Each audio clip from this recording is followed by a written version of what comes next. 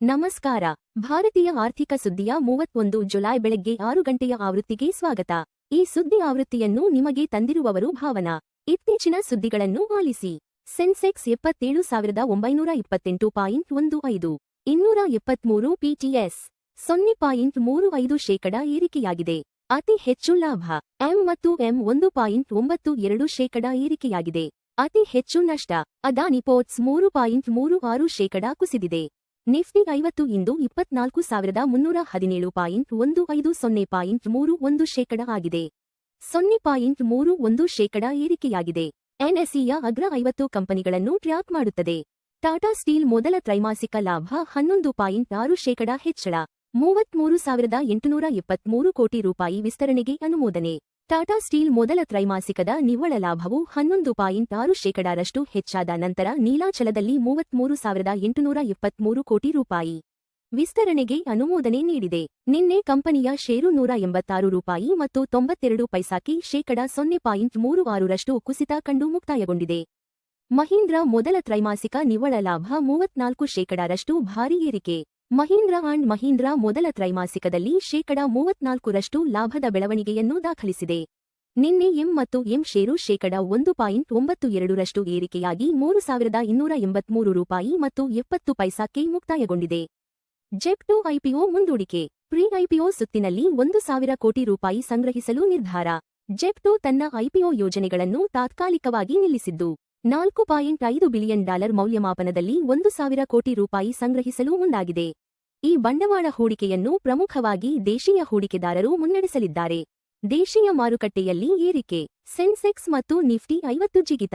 ನಿನ್ನೆ ಸೆನ್ಸೆಕ್ಸ್ 77,928.15ಕ್ಕೆ ,0.35% ಏರಿಕೆಯಾಗಿ ಮುಕ್ತಾಯಗೊಂಡರೆ, ನಿಫ್ಟಿ 50 0.31% ಹೆಚ್ಚಳದೊಂದಿಗೆ 24,317.15ಕ್ಕೆ ಮುಕ್ತಾಯಗೊಂಡಿದೆ. ಜಾಗತಿಕ ಅಪಾಯಗಳ ನಡುವೆಯೂ ದೇಶೀಯ ಬೇಡಿಕೆ ಬಲವಾಗಿದೆ. ದುರ್ಬಲ ಯುಎಸ್ ಡಾಲರ್ ಹಿನ್ನೆಲೆ. ಚಿನ್ನ ಮತ್ತು ಬೆಳ್ಳಿ ಬೆಲೆಯಲ್ಲಿ ಭಾರೀ ಏರಿಕೆ. ನಿನ್ನೆ ಚಿನ್ನದ ಬೆಲೆ ಪ್ರತಿ ಟ್ರಾಯ್ ಔನ್ಸ್ಗೆ $4,169 ಮತ್ತು 30 ಸೆಂಟ್ಗೆ ,1.34% ಏರಿಕೆಯಾಗಿ ಮುಕ್ತಾಯಗೊಂಡಿದೆ. ಬೆಳ್ಳಿ ಬೆಲೆಯು $2.79 ಜಿಗಿದು ಪ್ರತಿ ಟ್ರಾಯ್ ಔನ್ಸ್ಗೆ $59 ಮತ್ತು 34 ಸೆಂಟ್ಗೆ ಮುಕ್ತಾಯಗೊಂಡಿದೆ. ಜಪಾನ್ ಮಾರುಕಟ್ಟೆ ಹಸ್ತಕ್ಷೇಪದಿಂದ ಯೆನ್ ಮೌಲ್ಯ ಏರಿಕೆ. ಯುಎಸ್ಡಿ ಐಎನ್ಆರ್ ಸ್ವಲ್ಪ ಹೆಚ್ಚಳ.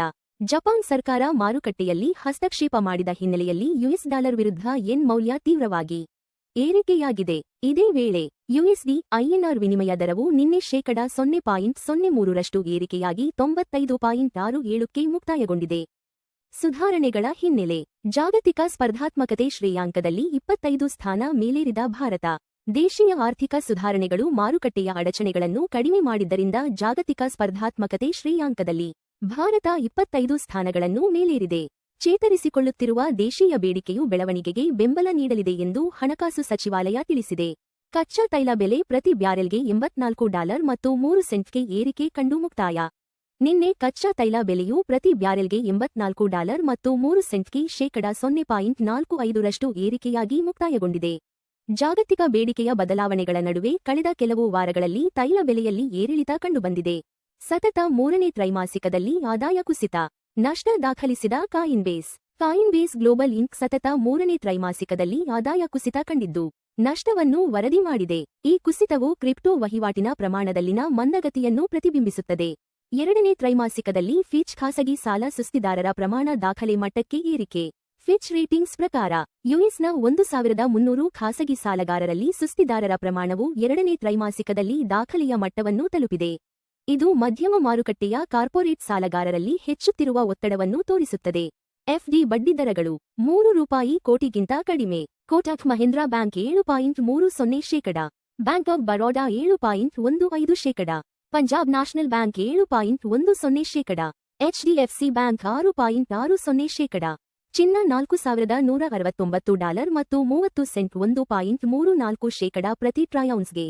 ಅಂದಾಜು ಸಮ $1,28,239 ರೂಪಾಯಿ ಪ್ರತಿ 10 ಗ್ರಾಂಗೆ. ಚಿನ್ನದ ಬೆಲೆ 1.34% ಏರಿಕೆಯಾಗಿದೆ. ಹಿಂದಿನ ಮುಕ್ತಾಯ $4,114 ಮತ್ತು 10 ಸೆಂಟ್ರಿಂದ. ಚಿನ್ನದ ಬೆಲೆಗಳು ಜಾಗತಿಕ ಬೇಡಿಕೆ, ಡಾಲರ್ ಬಲ ಮತ್ತು ಹಣದುಬ್ಬರ ನಿರೀಕ್ಷೆಗಳನ್ನು ಪ್ರತಿಬಿಂಬಿಸುತ್ತವೆ. ಬೆಳ್ಳಿ $59 ಮತ್ತು 34 ಸೆಂಟ್ 2.79% ಪ್ರತಿ ಟ್ರೌನ್ಸ್ಗೆ. ಅಂದಾಜು ಸಮ $1,825 ಪ್ರತಿ 10 ಗ್ರಾಂಗೆ. ಬೆಳ್ಳಿ ಬೆಲೆ 2.79% ಏರಿಕೆಯಾಗಿದೆ. ಹಿಂದಿನ ಮುಕ್ತಾಯ $57 ಮತ್ತು 73 ಸೆಂಟ್ರಿಂದ. ಬೆಳ್ಳಿ ಬೆಲೆಗಳು ಕೈಗಾರಿಕಾ ಬೇಡಿಕೆ, ಸೌರಶಕ್ತಿ ಮತ್ತು ಕೇಂದ್ರ ಬ್ಯಾಂಕ್ ನೀತಿಗಳೊಂದಿಗೆ ಸಂಬಂಧ ಹೊಂದಿವೆ. WTI ಕಚ್ಚಾ ತೈಲ $84 ಮತ್ತು 3 ಸೆಂಟ್ 0.45% ಪ್ರತಿ ಬ್ಯಾರೆಲ್ಗೆ ವಹಿವಾಟು ನಡೆಸುತ್ತಿದೆ. ತೈಲ ಬೆಲೆ 0.45% ಏರಿಕೆಯಾಗಿದೆ. ಹಿಂದಿನ ಮುಕ್ತಾಯ $83 ಮತ್ತು 65 ಸೆಂಟ್ರಿಂದ. ಕಚ್ಚಾ ತೈಲ ಬೆಲೆಗಳು ಭಾರತದ ಇಂಧನ ವೆಚ್ಚ ಮತ್ತು ಹಣದುಬ್ಬರವನ್ನು ಗಣನೀಯವಾಗಿ ಪ್ರಭಾವಿಸುತ್ತವೆ. US $95 ಮತ್ತು 67 ಸೆಂಟ್ 0.03%ಗೆ ಭಾರತೀಯ ರೂಪಾಯಿ ವಿರುದ್ಧ ವ್ಯಾಪಾರವಾಗುತ್ತಿದೆ. ರೂಪಾಯಿ 0.03% ದುರ್ಬಲಗೊಂಡಿದೆ.